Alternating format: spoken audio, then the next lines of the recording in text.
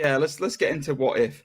So, I mean, we always have our standard rating system right at the top of the show, which is undisputed or disputed. Zane, before talking about the episode, just going in cold, what would you say, disputed or undisputed? I'd probably say disputed. Me too. Oh boy, did this one suck. I hate this episode of What If. So guys, for those of you who aren't in the know, this episode was the fables that we've all been waiting for, haven't we? Marvel Zombies episode of What If. So we were curious how it was going to play out and what they were going to do with it. So to give you, just to run through the episode, kind of quickly. So Bruce Banner, it's happening right at the beginning of Infinity War. So Bruce Banner I assume everything with Thor and everything with Ragnarok still happened and all that jazz happened. Bruce Banner gets fired back across the universe via the Bifrost, and he lands as he does in the movie, and he's all like, Thanos is coming, Thanos is coming, and then there's nobody there to hear him. Why is there nobody there to hear him? Well, because it turns out that old ragamuffin Hank Pym, he's only gone to the quantum realm, and his missus there, who, as we've seen from Ant-Man and the Wasp, his missus there, she's only gone and contracted the old zombie virus. I wondered where it would be. It turns out it's in the quantum realm. Of all places as well. Of all the places as well. You never think to look there. No. And so Hank Pym gets infected and then comes back. We'll cover this later on in the episode, but he comes back and then that's what causes the zombie outbreak, basically. So by the time Bruce Banner gets there, all of New York has pretty much been devolved into this zombie apocalypse. Now, you're going to have to remind me a little bit, Zane, because I know... So there's the heroes that survive. Yes. So we've got Sharon Carter. Mm-hmm. We've got Happy Hogan. We've got obviously Bruce Banner. Yes. We've got Spider-Man. Yes. Then we have other people. Wasp. Wasp is a survivor. I know Wasp survives. We've got Bucky. Bucky, of course, and Okoye, isn't it, from Black Panther? Yes, and We've also got Kurt from Ant-Man and the Wasp. Oh yes, of course. The Polka Dot Man, basically. But yeah, so an eclectic group of survivors. So from there, it's basically they get this signal that is like further afield. I think it's the same bunker that Captain America was like his first training camp or something like that from World War II. That's right. Where Arnim Zola is was in Winter Soldier. That's right, yeah. And which is weird because for me that was the first thing I found weird, because in the Winter Soldier that bunker is destroyed, like that whole thing is destroyed, and yet it's fully functioning in this, which I thought was kind of strange. Like the most that's been happening to that bunker is a fence is down, and I was just like, all right. So anyway, it's the classic old conceit of, they have to power up a vehicle to get traveling, to go to this place, to then find the cure. So they do it via Grand Central Station. They find thanks. English. I know words. They find the train to power up. Mm-hmm. They power up the old train. They get going on the way. Yeah. Here we go. But it's always the way, isn't it? There's only some pesky heroes that have been turned into zombies. Oh, in fact, we actually saw. I have skipped a bit because there's that famous bit in the street in Infinity War when Iron Man fights Ebony Maw and Cull Obsidian. Yes. Only this time it plays out slightly differently in that Ebony Maw and Cull Obsidian get eaten. Absolutely wailed on them as well. By the way, that fight sequence was just kind of like, whoa, like like you said, you can tell it's Doctor Strange and Iron Man there and Wong, but they just kept like teleporting and just like beating on them. Yeah, until Wong gets beheaded, which was a great bit where he just gets his head like ripped off by his own portal, which I thought was quite funny. Yeah, I mean, it's a nice little. There was some moments in that where it was like, okay, nice little twists on what we recognize as being badass scenes, and that was cool. Mm-hmm. But oh man, this episode was just not good. The thing that really so what happens when they get to the place, where this mysterious kind of like rescue signals coming from saying we've got a cure. Hope basically on the train, we lose some people. So we lose Happy Hogan, we lose Sharon Carter on the way. I'm trying to remember who else we lose. We lose some other people. Wasp gets hurt and infected. We have the one thing that I did enjoy from this episode was the showdown between Bucky and Zombie Cap. That bit was cool. I enjoyed that bit. And then Bucky just wrecking him and like just cutting him in half. We then get to the place, and then Wasp basically sacrifices herself to get them into this place. It turns out that Vision is the one who has sent the signal, and the Mind Stone can somehow suppress this thing or completely revert it. Yeah.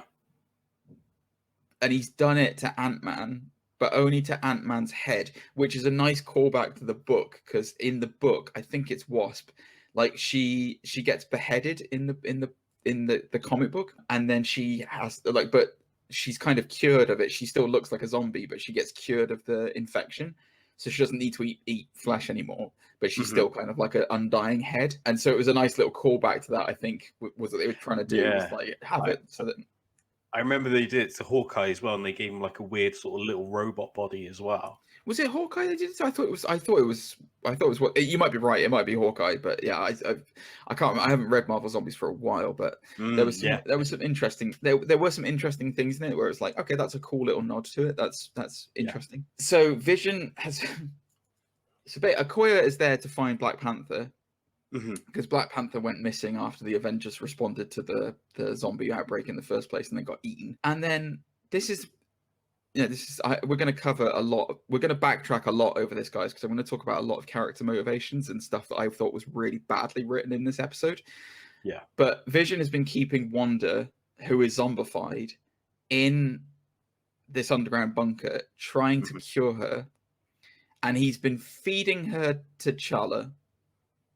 In order to do that. And it's only when confronted by other people that he suddenly realizes how wrong this is. You know, not when T'Challa's been telling him, please don't feed me to Wanda, but it's only when other people turn piece. Yeah. So Wanda, of course, breaks free. And the reason why he can't cure her is because her powers are so ridiculously powerful that it won't work on her. So she then runs amok.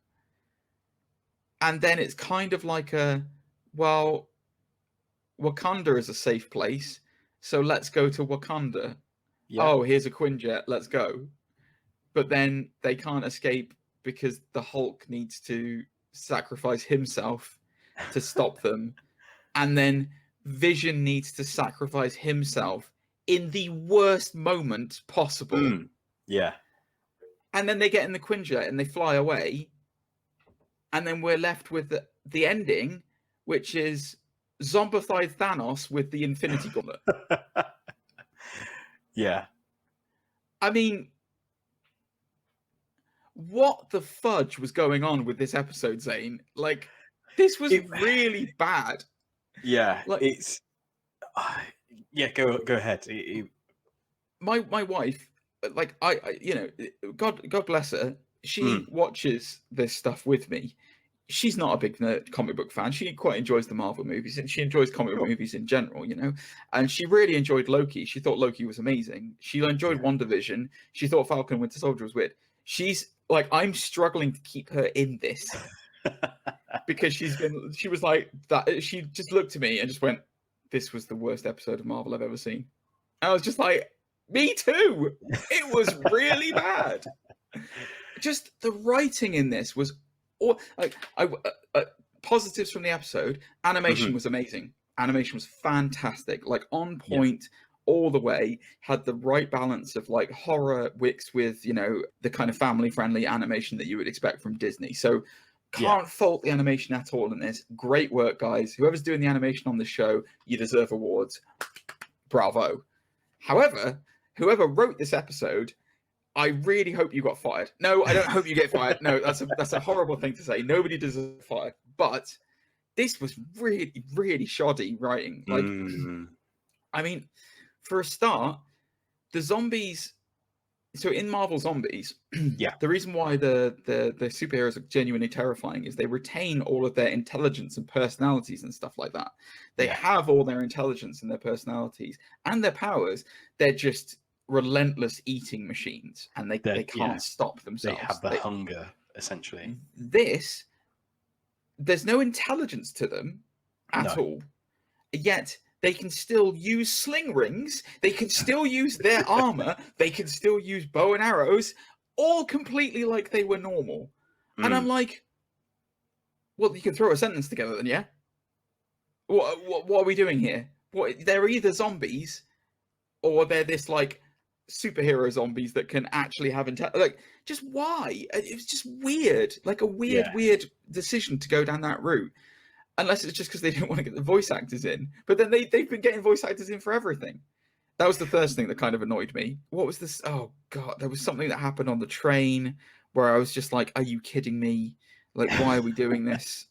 Like, Wasp. So when Wasp sacrifices herself, she makes herself into Giant Man, basically, into Giant Wasp. Yeah. And then she gets all the zombies on her. Yeah. And then the zombies are climbing up her. Now, at the point that the zombies are climbing up her, the heroes have been dropped off in the compound. Why is she staying big?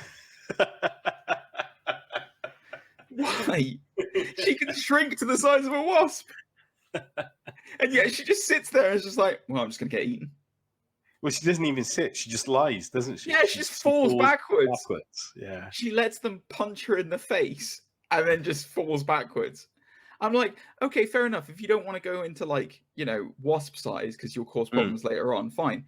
Don't say giant, don't say giant size. You're going to be a giant zombie. Yeah. And then what happens? She turns into a giant zombie. What is this show? What was it? What?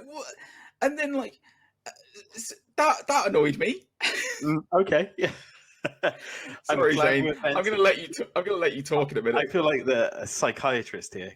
This is why we covered this first, folks, so that we can go out on some highs later on, because there's so much more stuff this week I'm super excited for.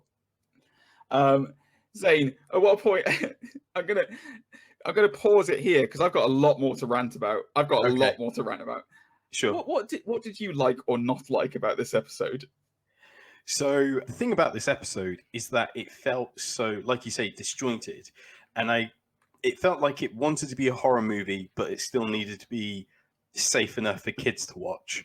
So there was, as you say, this disjoint between it, because every time there was, like, you saw a zombie explode, there was a quip or a joke or something, like, and it just kept moving on. It's kind of like you said, a bit like when Sharon Carter gets zombified. Wasp does the classic going inside her and sizing up, and she explodes.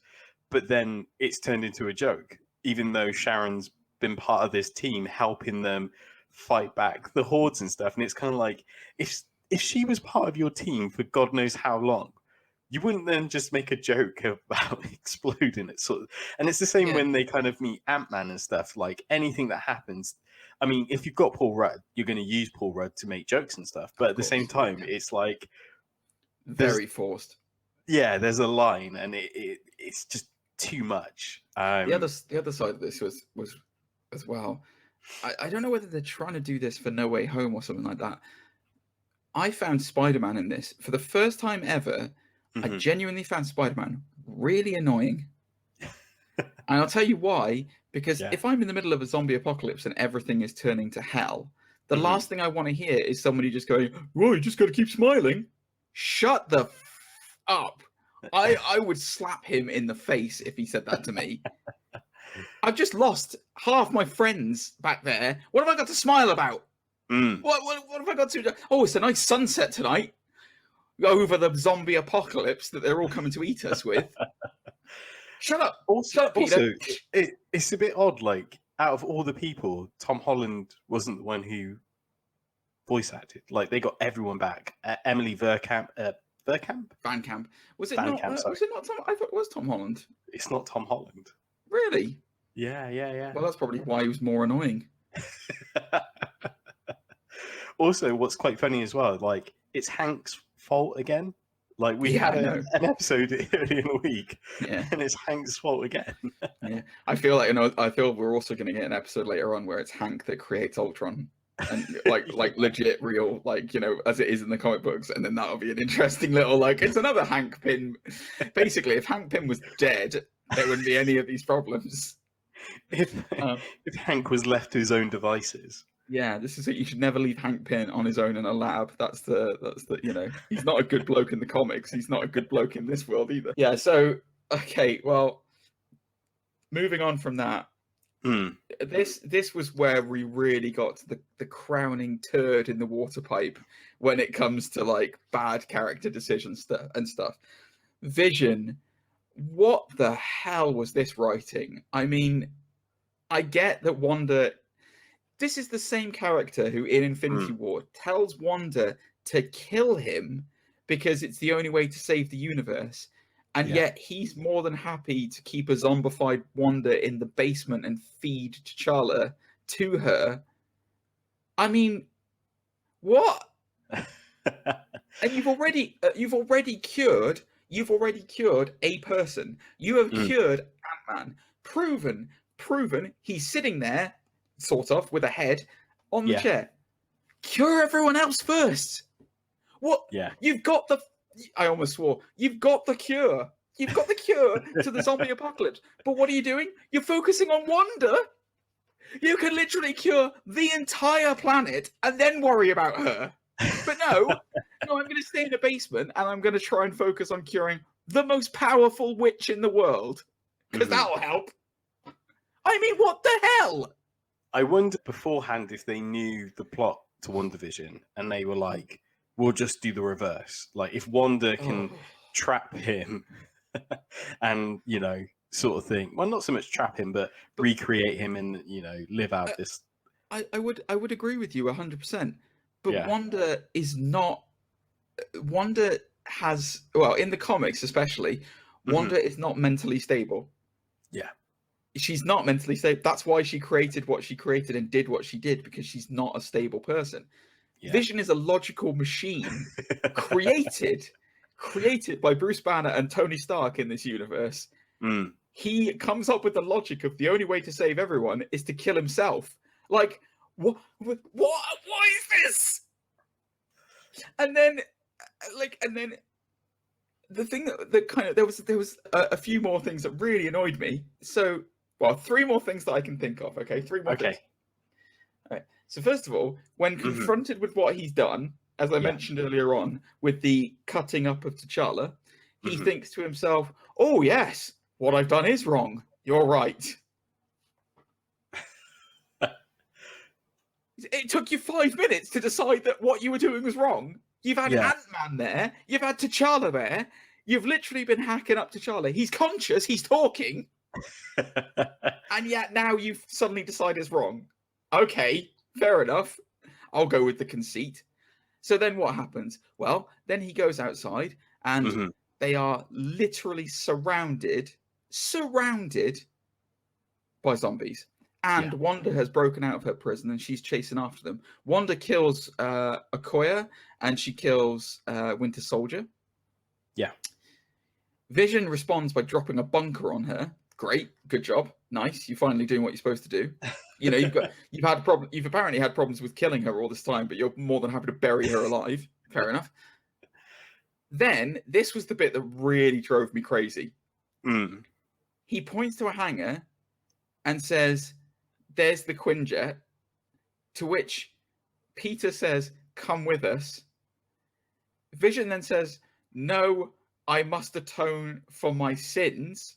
And I'm like, oh, he's going to stay behind. Cool. He then pulls the Mind Stone out of his own head, which not only kills him, it also stops the preventative measures for the zombies, so they all start swarming in. I'm like, are you mental?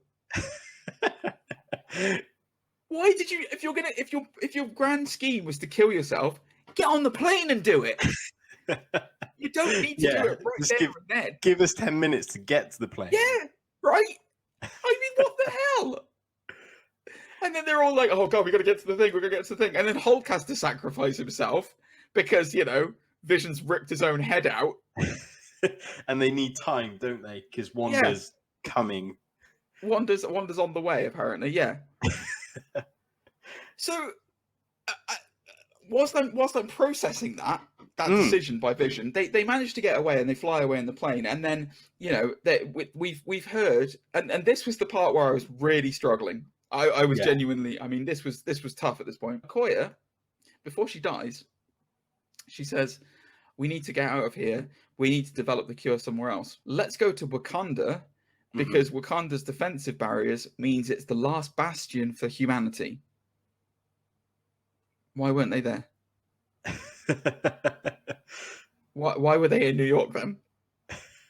Because it's established at the beginning of the episode, they're living in buses that have been hung up by Spider-Man in the middle of the city, which is how Bruce Banner is there.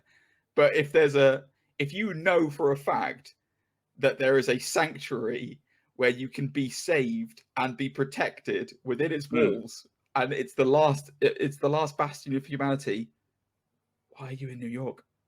I get that Okoye is looking for Black Panther. I understand that.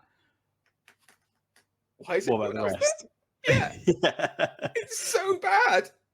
It's so bad. And then the idea that like at the end of the episode, Thanos has got the Infinity Gauntlet, and the only thing he's missing is the Mind Stone, and he's zombified. First of all, there's no way in hell Thanos with the Infinity Gauntlet with 5 of the stones would be zombified. There's no way any zombies are getting near him. Not a chance.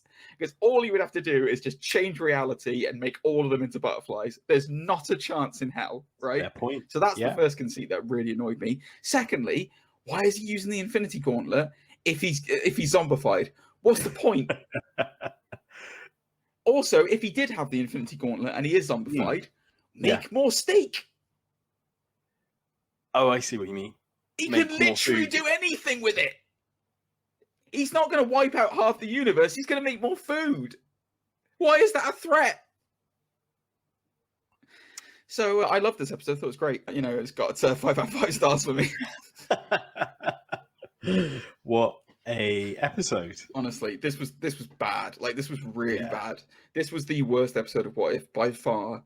After, ironically, I thought last week's episode of What If was brilliant. I really did. And also, I thought last week's episode of What If was more terrifying than this week's one. And last week's one wasn't supposed to be horror.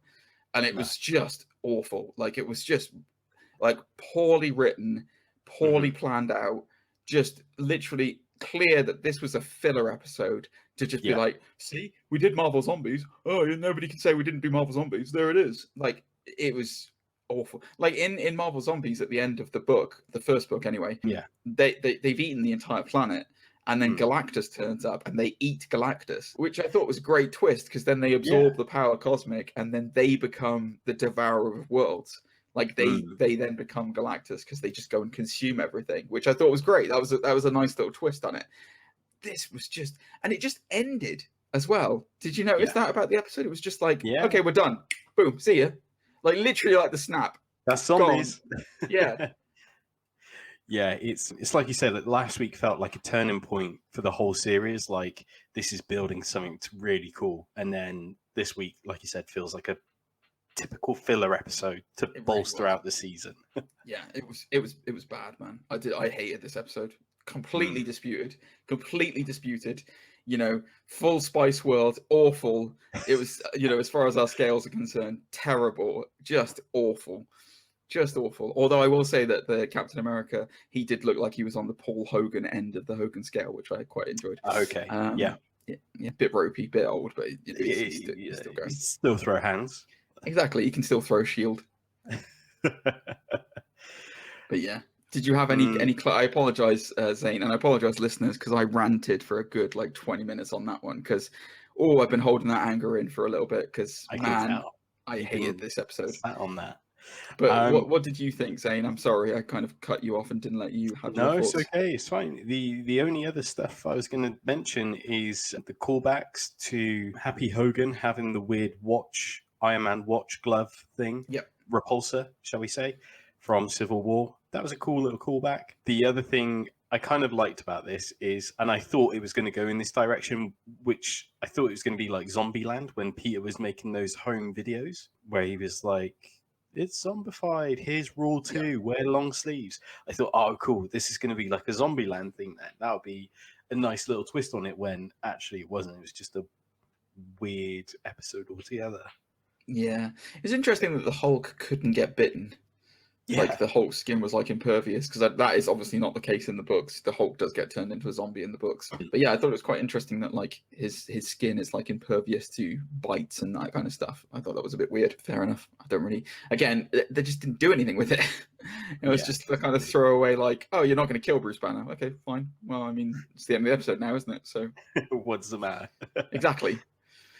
Yeah, really bad, this one. Really took the wind out of the sails from last week's one. So not looking forward. I don't even know what next week's one is at the moment. I don't think they've announced it yet as of recording this. But yeah, not a good one. Not a good one, Zane. No. Yeah, no. Exactly. Yeah, it was very bad. But I will say this. I'm still about What If. I still am excited to see. I want to see. What I would like to actually see. I tell you, the one thing I'm concerned about right now with What If is the fact that they don't seem to be.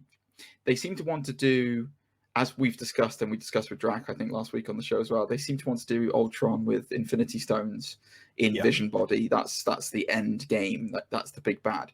They don't seem to be doing a very good job arcing everything. You know what I mean? Like, it's like, I don't know what the big world, like they've had like 5 world threats right now, or universe threats, sorry. Like they've had Ego in the Guardians of the Galaxy episode. They've had Thanos obviously in this one. They had something in episode 3 that I can't remember what it was now. Is that the T'Challa one? No, that was the T'Challa one was the Guardians one. That was Ego. Oh. No, it was the Loki taking over the world. There was some big threat looming at the end of it. I can't remember what it was, because they didn't have the Avengers, basically. I can't remember. Doesn't matter. Not important. Regardless, they don't seem to be doing a good job arcing it. Like, I don't know what they're doing right now. They just kind of just been like, eh. And I get that, like, What If kind of doesn't have to continue into anything. But if you want to, like, Feige's come out and confirmed that these are all canon and these are all happening in other realities. So it is part of the universe. Like, it is part of the MCU. Like, these are all viable. It's not just like a random slot of adventures that are just, thrown in there like Star Wars Legacy. This is actually happening all at the same time. I feel like episodes like last week's one with Doctor Strange have real ramifications, and we will probably see something of it coming back at some point. Yeah. But it just doesn't feel good. The series does not feel like it's well put together. That's what I was gonna. No. Yeah. I think it's rushed. I think they've rushed it to fit it into the schedule for the releases, because obviously they've got Hawkeye coming out before the end of the year, and they've got, is it Ms. Marvel coming out before the end of the year, or one of the other ones? It is Ms. Marvel. They've got a lot of stuff in production, and there's no denying that. But it's, what can I say? It's a shame more than anything. It's a shame off the back of last week's episode. Yes, it is. Although Drac hated last week's episode, and we really liked it. So there you go. Maybe he loved this one. What did you guys think? What did you guys think of this episode? That's what I want to know. I genuinely want to know if we're a cult of 2 disliking this week's episode, or if you guys didn't like it as well. Because I am fascinated to hear people's views on this. Because I really thought this was awful. Like, this was the worst writing. And I know people say, oh, Marvel will only write for the mainstream and blah blah blah blah. But this was really bad. Like, the character motivations were awful. Character decisions were terrible. And I get that, like, sometimes character decisions in horror films and stuff like that are not the best. But man, oh man, like this one was. The Vision thing killed me. That was the worst. That was the worst part of all of it. Killed you and himself. Well, yeah, for no reason. Just wait for 10 minutes. If you're going to kill yourself, I thought he was going to stay and fight Wanda. I thought that's what he was going to do, and kill her finally. And it's like, I'm going to do what needed to be done. Pop! Like, no, that's not what needed to be done, idiot. Put your head back on.